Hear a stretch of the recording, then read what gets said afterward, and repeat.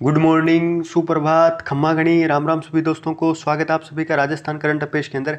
आज है दोस्तों 9 मार्च और इस वीडियो के अंदर भास्कर और राजस्थान पत्रिका की न्यूज़पेपर की कटिंग के साथ में राजस्थान का करंट अफेयर्स कवर करेंगे। साथ में कल अंतर्राष्ट्रीय महिला दिवस था, तो राजस्थान सरकार की जितनी भी महत्वपूर्ण योजनाएं वगैरह हैं, जितनी भी महिलाओं से जुड़ी हुई महत्वपूर्ण योजनाएं वगैरह हैं, उसके बारे में भी डिस्कस करने वाले हैं। वीडियो के एंड के अंदर 10 करंट अफेयर्स के क्विज भी डिस्कस करेंगे। तो आइए दोस्तों स्टार्ट करते हैं। सबसे पहले महिलाओं से जुड़ी हुई महत्वपूर्ण योजनाओं के बारे में बात करते हैं। ये गहलोत साहब की फ़ोटो है दोस्तों, और ये राजस्थान सरकार की 6 महत्वपूर्ण योजनाएं वगैरह हैं जिनके बारे में डिस्कस करते हैं। आइए स्टार्ट करते हैं। सबसे पहले प्रसूति प्रोत्साहन योजना के बारे में बात करते हैं। ये राजस्थान सरकार की योजना है प्रसूति प्रोत्साहन योजना। इसके अंतर्गत प्रदेश के सभी राजकीय व अधिकृत निजी अस्पताल वगैरह हैं, वहाँ पे प्रसव पर ग्रामीण क्षेत्रों के लिए महिलाओं को 1400 रुपये और शहरी क्षेत्र में महिला वगैरह है उसको 1000 रुपये की प्रोत्साहन राशि के रूप में प्रदान किया जाता है। जब ठीक है, प्रसूति के टाइम क्या है कि महिलाओं को क्या है, ग्रामीण क्षेत्र के अंदर याद रखना 1400 रुपये, जबकि शहरी क्षेत्रों के लिए 1000 रुपये। कौन सी योजना के अंतर्गत? प्रसूति प्रोत्साहन योजना के अंतर्गत। दूसरा दोस्तों लक्ष्य कार्यक्रम है, यह भी महिलाओं से जुड़ा हुआ है, जिसका पूरा नाम है labour room quality improvement initiative. यानी जो लेबर रूम वगैरह रहता है, डिलीवरी जो रूम रहता है हॉस्पिटल्स के अंदर, उसकी क्वालिटी इंप्रूवमेंट करने के लिए एक इनिशिएटिव यानी पहल वगैरह है वो स्टार्ट की गई थी लक्ष्य कार्यक्रम के रूप में राजस्थान सरकार के द्वारा, जिसमें प्रदेश के बेहतर चिकित्सा संस्थान है उसके अंदर विश्व स्तरीय गुणवत्ता युक्त सेवाएं उपलब्ध कराने के लिए लक्ष्य कार्यक्रम स्टार्ट किया गया था। तो याद रखना लक्ष्य कार्यक्रम किससे जुड़ा हुआ है? लेबर रूम की क्वालिटी वगैरह है उसको इम्प्रूव करने के लिए, उसके अंदर जो सर्विसेज वगैरह रहती है उसको विश्व स्तरीय बनाने के लिए सरकार के द्वारा लक्ष्य कार्यक्रम स्टार्ट किया गया था। ठीक है, जननी सुरक्षा कार्यक्रम के बारे में बात करते हैं। जननी सुरक्षा कार्यक्रम है, इसके अंतर्गत राज्य के अंदर 25 लाख से ज़्यादा जो गर्भवती महिलाएं वगैरह है, जो प्रसूताएं वगैरह हैं, उनको निःशुल्क दवा 9,75,000 से ज़्यादा गर्भवती महिलाओं और प्रसूतों को परिवहन की सुविधा प्रदान की गई है। जननी सुरक्षा योजना के अंतर्गत क्या है भाई? एक तो क्या है कि निःशुल्क दवा वगैरह प्रदान करना, दूसरा क्या है कि डिलीवरी वाले टाइम है वो परिवहन की सुविधा प्रदान करने के लिए जननी सुरक्षा कार्यक्रम है वो राजस्थान सरकार के द्वारा स्टार्ट किया गया है। राजस्थान के अंदर क्या है भाई? एक सुरक्षित मातृत्व कार्यक्रम भी है, ये भी आप याद रखोगे। सुरक्षित मातृत्व कार्यक्रम क्या रहता है? हर महीने की जो 9 तारीख है दोस्तों, उसमें महिलाओं के लिए निःशुल्क चेकअप वगैरह की प्रावधान किया गया है। ठीक है, जो सुरक्षित मातृत्व कार्यक्रम है 9 तारीख को, और वो भी कौन से? सरकारी अस्पतालों के अंदर। सरकारी अस्पतालों के अंदर गर्भवती महिलाएं वगैरह हैं उनकी निःशुल्क है वो चेकअप वगैरह करवाया जा सकता है 9 तारीख को। ठीक है, लिंगानुपात के अंदर वृद्धि, जो पिछले नेशनल फैमिली हेल्थ सर्वे जो 5वां है दोस्तों, अभी हाल ही के अंदर डाटा वगैरह जारी किए गए थे दिसंबर 2021 के अंदर। नेशनल फैमिली हेल्थ सर्वे, ये स्वास्थ्य एवं परिवार कल्याण मंत्रालय है उसके द्वारा क्या है कि कंडक्ट करवाए जाते हैं। पहला जो नेशनल फैमिली हेल्थ सर्वे था वो 1992 के अंदर कंडक्ट करवाया गया था। अभी 5वां के डाटा वगैरह है वो जारी किए गए थे, जिसके अंदर ये बोला गया था कि राजस्थान के अंदर प्रति 1000 पुरुषों पर महिलाओं की संख्या 973 से बढ़ के 1009 हो गई।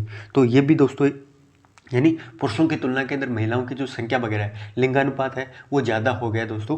तो ये भी राजस्थान में के पहले कितना था? 973। ठीक है, संस्थागत प्रसव है उसमें बढ़ोतरी हुई, यानी जो हॉस्पिटल्स वगैरह है, सरकारी अस्पताल हो गए, निजी अस्पताल है, उसके अंदर डिलीवरी वगैरह है वो बढ़ी है। राज्य के अंदर देखोगे 94.9% के कि संस्थागत प्रसव हो रहे हैं।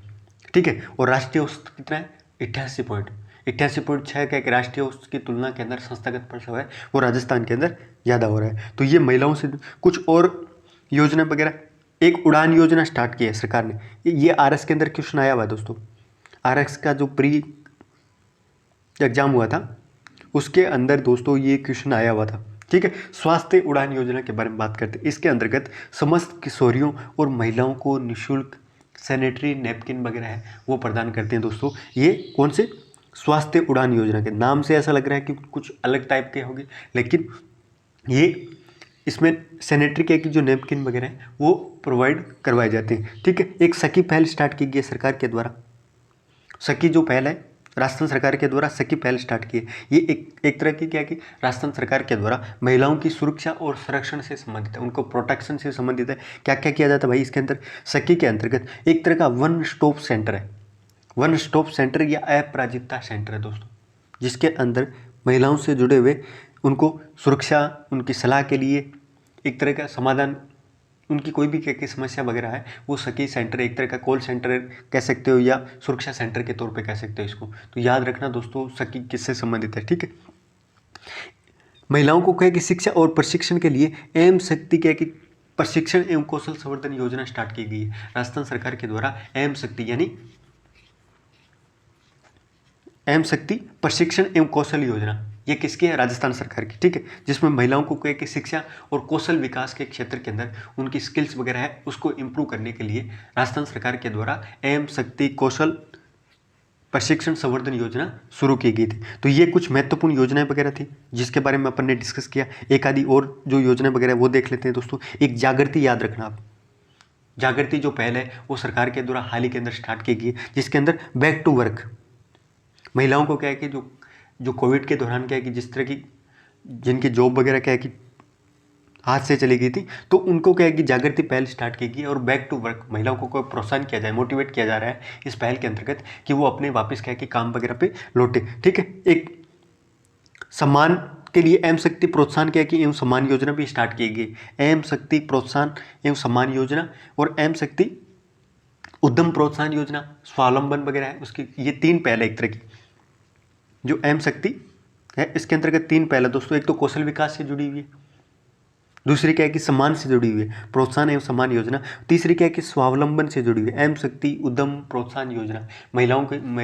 महिलाओं से जुड़े हुए जो भी उद्यम वगैरह, इंडस्ट्रीज वगैरह, उद्योग वगैरह है उसको प्रोत्साहन करने के लिए एम शक्ति उद्यम प्रोत्साहन योजना शुरू की गई थी। एक सबल योजना के बारे में बात करते हैं, ठीक है। मुख्यमंत्री राष्ट्रीय योजना दोस्तों जो हाल ही के अंदर अलवर जिले से शुरू की गई है, बहुत ही महत्वपूर्ण योजना है, जिसके अंतर्गत 50,000 रुपये 5 किस्तों के अंदर जो पेरेंट्स वगैरह हैं उनको प्रोवाइड करवाए जाते हैं, जो जिस बच्चे का जन्म 1 जनवरी 2016 के बाद में हुआ है, 1 जनवरी या सही तक या 1 अप्रैल है, ठीक है। 2016 के बाद में क्या है कि जन्म लेने वाली जितनी भी क्या है कि बच्ची वगैरह हैं उनको राजस्थान सरकार के द्वारा मुख्यमंत्री राष्ट्रीय योजना के अंतर्गत 50,000 रुपये प्रोवाइड करवाए जाएंगे, जो ताकि उसका क्या है कि एजुकेशन वगैरह के अंदर ड्रॉप आउट वगैरह वो कम हो सके। सरकार के द्वारा जैसे मान लो 5वीं क्लास के अंदर एडमिशन हो गया तो उसको क्या है कि 5,000 रुपये की किस्त मिलेगी, फिर 8वीं पास करवा दी तो 5,000 रुपये और मिलेंगे। ऐसे ऐसे क्या है कि पैसे वगैरह है वो किस्तों के अंदर पेरेंट्स वगैरह जो अभिभावक वगैरह हैं उसको 50,000 रुपये प्रोवाइड है वो मुख्यमंत्री राष्ट्रीय योजना के अंतर्गत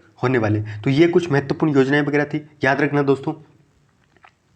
देश में क्या है कि पहली बार महिलाओं की जो संख्या है वो पुरुषों से ज़्यादा है। नेशनल फैमिली हेल्थ सर्वे है, ठीक है, 5वां जो राष्ट्रीय परिवार और हेल्थ सर्वे के अनुसार अब देश के अंदर प्रति 1,000 पुरुषों पे जो महिलाओं की संख्या है वो 1,020 हो गए दोस्तों। ये बहुत बड़ी खुशखबरी है, ठीक है। 2015 के अंदर ये आंकड़ा था वो 991 था, ठीक है। जबकि 2011 के क्या कि जो जनसंख्या वाले आंकड़े हैं उसके अंदर लिंगानुपात कितना है, भारत का लिंगानुपात कितना है भाई, 943।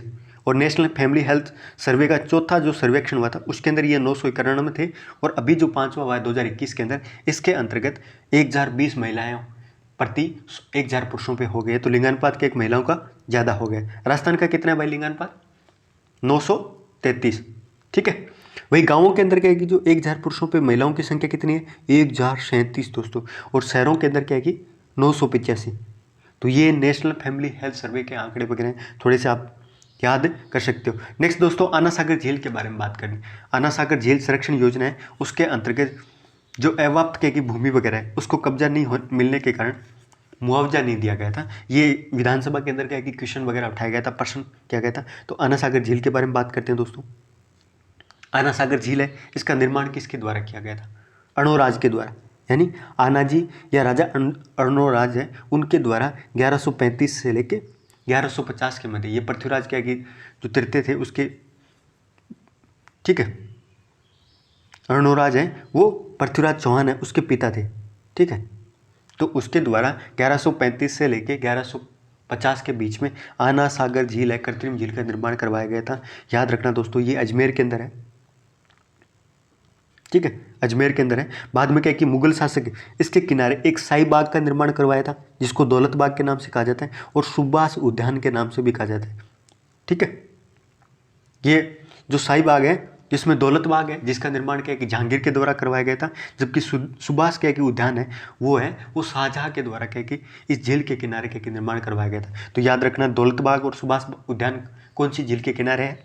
आना सागर झील के, जिसका निर्माण किसने करवाया? अर्णोराज के द्वारा 1135 से 50 के बीच में। ठीक है, शाहजहां के द्वारा 1627 के अंदर लगभग 1240 फीट लंबा कटहरा लगवा कर एक बेहतरीन संगमरमर की 5 दीवार 12 दरिया बनवाया था। ठीक है, ये इतना इंपॉर्टेंट नहीं है।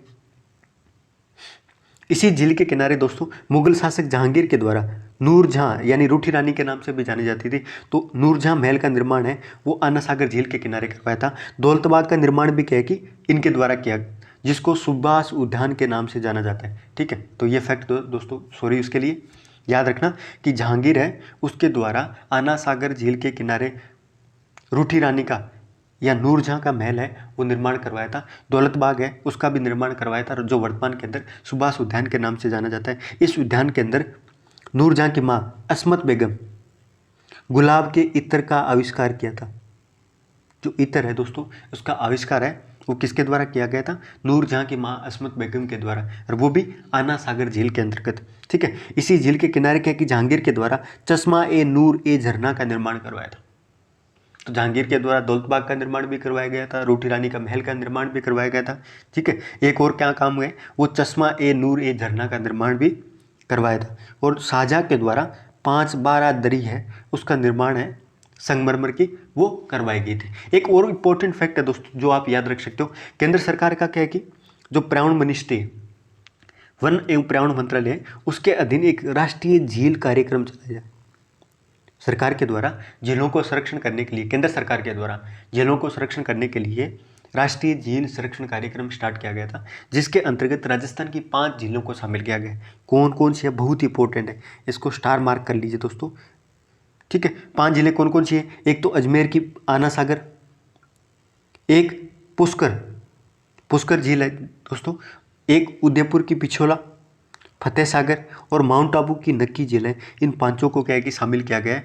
एक तो अजमेर की 2 याद रखिए, आना सागर और पुष्कर। उदयपुर की 2 है, फतेह सागर और पिछोला झील, और माउंट आबू की नक्की झील, जो राजस्थान की क्या है कि सर्वाधिक ऊंची झील है, नक्की झील। ठीक है, तो ये पांचों के पांचों झीलें वो राष्ट्रीय झील संरक्षण कार्यक्रम के अंतर्गत शामिल किया गया है। नेक्स्ट दोस्तों, ऊर्जा संरक्षण पर जागरूकता प्रशिक्षण कार्यक्रम है वो हाल ही के अंदर आयोजित किया गया था। ठीक है, राजस्थान अक्षय ऊर्जा निगम है, किसके द्वारा?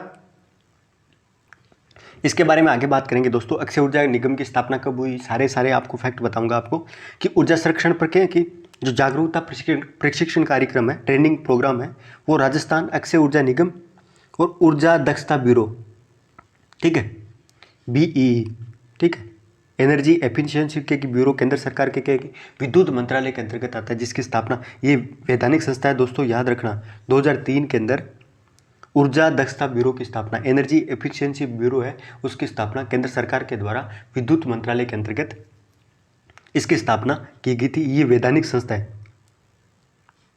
और ये ऊर्जा संरक्षण पे काम करती है। ठीक है, तो इनके द्वारा मिलके राजस्थान अक्षय ऊर्जा निगम और ऊर्जा दक्षता ब्यूरो है, उसके द्वारा मिलके भारत सरकार के नई दिल्ली के संयुक्त तत्वाधीन के अंदर जयपुर में एनर्जी कंजर्वेशन बिल्डिंग कोड के विषय पर कार्यशाला है वो आयोजित की गई थी। एनर्जी बिल्डिंग कोड पे क्या कि कार्यशाला वगैरह आयोजित की गई थी। बस इतना सा आप फैक्ट याद रखिए।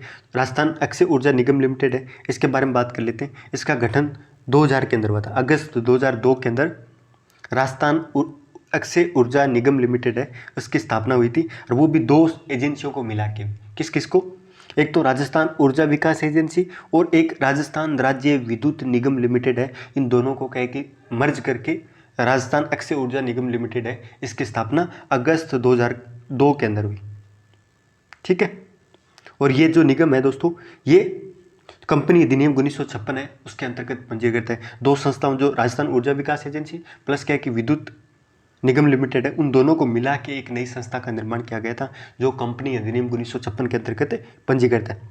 इसके बारे में कुछ और चीज़ें, जो जयपुर के दोस्तों ऊर्जा कंजर्वेशन की जो बिल्डिंग कोड है, उसके अंतर्गत विषय पे आयोजित किया गया था। तो इसी ब्यूरो के द्वारा, ऊर्जा दक्षता ब्यूरो है उसके द्वारा ऊर्जा संरक्षण भवन संहिता भी क्या है कि 2007 के अंदर क्या है कि ऊर्जा दक्षता ब्यूरो है उसके द्वारा ये पहल स्टार्ट की गई थी। ऊर्जा संरक्षण भवन संहिता, जितने भी भवन वगैरह हैं उनको एनर्जी एफिशिएंसी पर बनाया जाए ताकि क्या है कि पर्यावरण के अनुकूल रहे, वो ज़्यादा क्या है कि पर्यावरण को नुकसान वगैरह नहीं पहुँचे।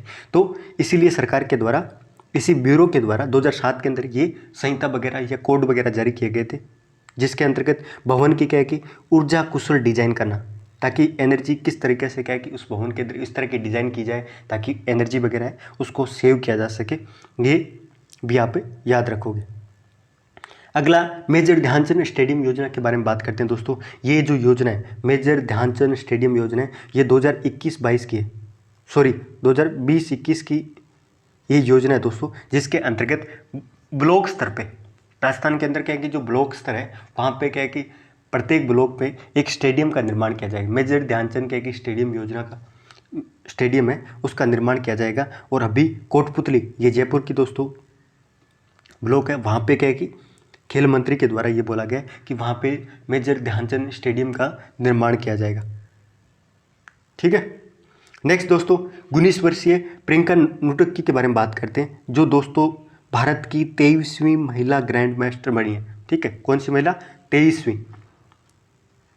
ठीक है, 19 वर्षीय प्रियंका नुटक्की, जिसने 47वीं राष्ट्रीय महिला शतरंज चैंपियनशिप है उसमें अपना अंतिम क्या है कि जो मानदंड वगैरह है वो हासिल किया था, और इसके चलते भारत की 23वीं महिला ग्रैंड मास्टर है वो बनी है। नेक्स्ट इंडिया ग्लोबल फोरम के बारे में बात करते हैं। इंडिया ग्लोबल फोरम है वो कहाँ, वार्षिक शिखर सम्मेलन है दोस्तों, वो कहाँ आयोजित हो रहा है? कर्नाटक के अंदर बेंगलोर के अंदर इंडिया ग्लोबल फोरम है उसका आयोजन किया जा रहा है दोस्तों। पिछले साल ये संस्करण था वो दुबई और यूके के द्वारा क्या है कि इस संस्करण की मेजबानी की गई थी। अब की बार क्या है कि भारत के द्वारा की जा रही है। इसके अंदर क्या होगा वो चीज़ें मायने नहीं रखती। इंडिया ग्लोबल फोरम ये याद रखिए आप, कहाँ पे है? कर्नाटक के बेंगलोर के अंदर। नेक्स्ट दोस्तों भूपेंद्र यादव है जो श्रम मंत्री है दोस्तों, उनके द्वारा प्रधानमंत्री श्रम योगी मानधन प्रधानमंत्री श्रम योगी मानधन योजना के अंतर्गत दान ए पेंशन का शुरुआत की गई है। डोनेट ए पेंशन अभियान है उसकी शुरुआत की गई है, जिसके अंतर्गत इस नागरिक वगैरह है वो अपने सहायक कर्मचारी वगैरह है, जैसे घरेलू कामगार हो गया, ड्राइवर हो गया, या जो भी सहायक वगैरह है उनके पेंशन फंड के अंदर प्रीमियम राशि का दान करके योगदान कर सकते हैं। डोनेट ए पेंशन अभियान है वो प्रधानमंत्री श्रम योगी मानधन योजना के अंतर्गत। श्रम योगी जो मानधन योजना है दोस्तों एक पेंशन योजना है, जिसके अंतर्गत 18 साल से लेके 40 साल के बीच में क्या है कि जो जितने भी श्रमिक वगैरह है, असंगठित श्रमिक वगैरह है, उनके लिए ये योजना श्रम मंत्रालय के द्वारा लेके आई थी। और इसके अंतर्गत क्या है कि पैसे क्या है कि किस्त के रूप में जमा करवाने पड़ते हैं, और फिर क्या है कि 60 साल के बाद में 3000 रुपये पेंशन स्टार्ट होंगे प्रधानमंत्री श्रम योगी मानधन योजना के अंतर्गत। और इसी के अंतर्गत डोनेट ए पेंशन अभियान स्टार्ट किया गया है, जिसके चलते जो भी सहायक कर्मचारी वगैरह हैं, जैसे बड़े लोग रहते हैं उनके क्या है कि जो भी ड्राइवर वगैरह रहते हैं, जो भी सहायक या घरेलू कामगार वगैरह है, उनकी किस्त वगैरह भर सकता है या कोई भी प्रीमियम राशि के अंदर योगदान कर सकता है। इस तरह का एक अभियान है। ठीक है, वो श्रम मंत्रालय के द्वारा शुरू किया गया। नेक्स्ट दोस्तों एमएसएमई मंत्रालय के द्वारा महिलाओं के लिए एक समर्थ अभियान स्टार्ट किया गया। अंतर्राष्ट्रीय महिला दिवस के अवसर पे समर्थ अभियान है, विशेष उद्यमिता प्रोत्साहन अभियान है, वो एमएसएमई मंत्रालय सूक्ष्म लघु उद्योग मंत्रालय है उसके द्वारा समर्थ नामक अभियान है। वो महिलाओं को समर्थ करने के लिए उनको उनके अंदर क्या है कि जो भी उद्यमिता वगैरह है उसको प्रोत्साहन करने के लिए अभियान है वो स्टार्ट किया गया है। नेक्स्ट माइक्रोसॉफ्ट के द्वारा हैदराबाद तेलंगाना के अंदर भारत का चौथा डाटा सेंटर की स्थापना की जा रही है। माइक्रोसॉफ्ट के द्वारा 3 जो डेटा सेंटर है वो ऑलरेडी स्थापित किए जा चुके हैं। पहला डेटा सेंटर है वो पुणे के अंदर स्थापित किया था माइक्रोसॉफ्ट ने, दूसरा मुंबई के अंदर स्थापित किया था, और तीसरा चेन्नई के अंदर स्थापित किया था। और अभी वर्तमान के अंदर माइक्रोसॉफ्ट के द्वारा हैदराबाद के अंदर भारत में चौथा अपना डेटा सेंटर है उसकी स्थापना की जा रही है। लगभग 15,000 करोड़ रुपये के आसपास की माइक्रोसॉफ्ट के द्वारा हैदराबाद के अंदर डाटा सेंटर स्थापित करने के अंदर इन्वेस्ट किया जाएगा। ठीक है, तो ये याद रखना कि हाल ही के अंदर माइक्रोसॉफ्ट के द्वारा कहाँ डाटा सेंटर स्थापित किया गया है। ठीक है, अगला दोस्तों अंतर्राष्ट्रीय महिला दिवस है, निम्न में से किस दिन मनाया जाता है? ये क्वेश्चन नंबर ने कल देखा था। ठीक है, तो 8 मार्च को। और इस बार की थीम याद रखिए, ये ज़्यादा इंपॉर्टेंट है। पहली बार 1911 के अंदर डेनमार्क और जर्मनी के अंदर महिला दिवस मनाया गया था 19 मार्च को। बाद में क्या है कि दोस्तों 1921 से ये 8 मार्च को क्या कि महिला दिवस है वो मनाया जाना स्टार्ट हुआ था। इस बार की 2022 की जो थीम है वो gender equality today for a sustainable tomorrow, यानी मजबूत भविष्य के लिए लैंगिक समानता की जरूरी है। ये थीम है 2022 की थी, जो याद रख सकते हो। भारतीय रिजर्व बैंक के गवर्नर शशिकांत दास के द्वारा फीचर फोन के लिए किस नामक यूपीआई आधारित पेमेंट है वो प्रोडक्ट लॉन्च किया दोस्तों। तो यूपीआई 123 पे, ये फीचर फ़ोन जितने भी क्या है कि जो कीपैड वाले फ़ोन वगैरह हैं, फीचर फ़ोन वगैरह हैं, जहाँ जिसमें क्या है कि इंटरनेट की सुविधा वगैरह नहीं रहती, उसके लिए यूपीआई आधारित क्या कि पेमेंट प्रोडक्ट है वो आरबीआई के द्वारा लॉन्च किया गया है, यूपीआई 123 पे। ठीक है, याद रखोगे।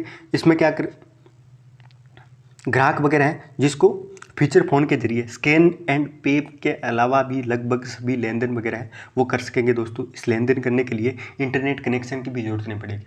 जो भी फीचर फ़ोन वगैरह कीपैड के फ़ोन है वो लगभग भारत के अंदर कितने 40 करोड़ है दोस्तों।